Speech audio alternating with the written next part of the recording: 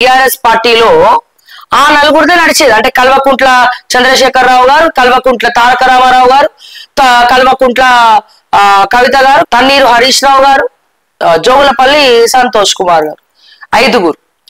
ఇక ఈ ఐదుగురు ఇట్లా హరీష్ రావు కంటే కూడా వీళ్ళదే ఎక్కువ నడిచేది. అది వేరే విషయము.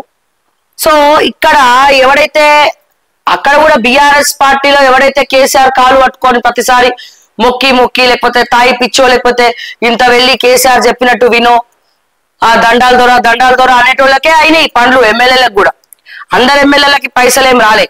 అట్లా రాని ఎమ్మెల్యేలు ఏం చేసిర్రు? ఫీల్డ్ లో అవినీతి చేసిర్రు, గ్రౌండ్ లో అవినీతి చేసిర్రు, నియోజకవర్గాల అవినీతి చేసిర్రు.